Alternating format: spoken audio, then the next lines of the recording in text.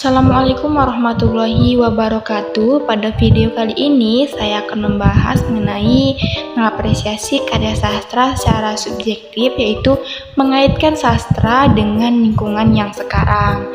Nah, yang akan saya kaitkan yaitu film Nanti Kita Cerita Tentang Hari Ini dengan lingkungan yang sekarang ini, atau disebut juga dengan intertekstual. Intertekstual adalah sebuah pendekatan untuk memahami sebuah teks sebagai sisipan dari teks-teks lain. Nah, intertekstual ini juga dipahami sebagai proses untuk menghubungkan teks dari masa lampau dengan masa kini. Langsung saja kita akan membahas intertekstual film Nanti Kita Cerita Tentang Hari Ini. Film Nanti Kita Cerita Tentang Hari Ini sangat berkaitan dengan lingkungan yang sekarang, di mana dalam pandangan penonton film NKCTHI, film ini dekat dan nyata. Film NKCTHI ini memperlihatkan realita yang terjadi di sekitar kita atau keadaan yang tengah kita alami.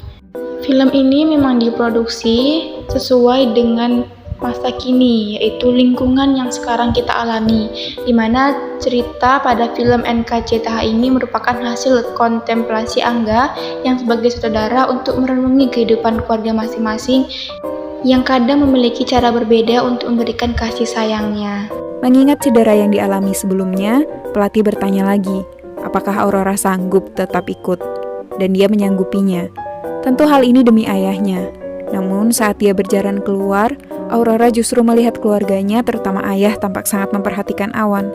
Hal itu membuat Aurora semakin merasa terabaikan.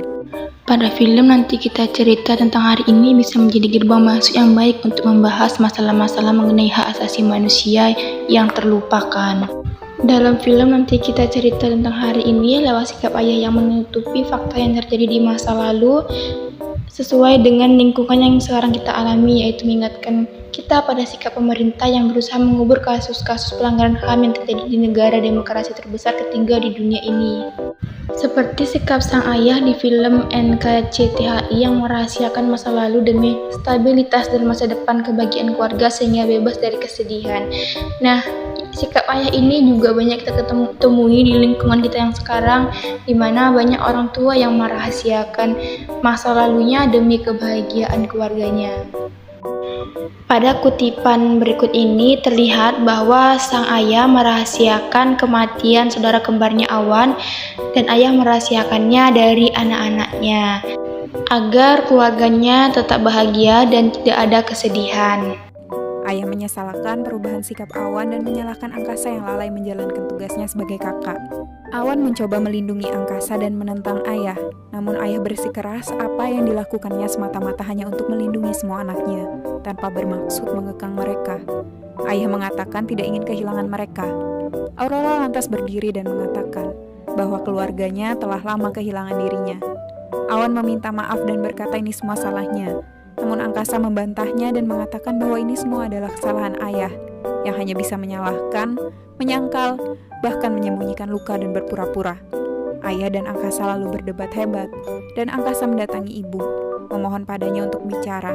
Angkasa tahu ibu juga tidak kuasa menyembunyikan luka selama 21 tahun ini.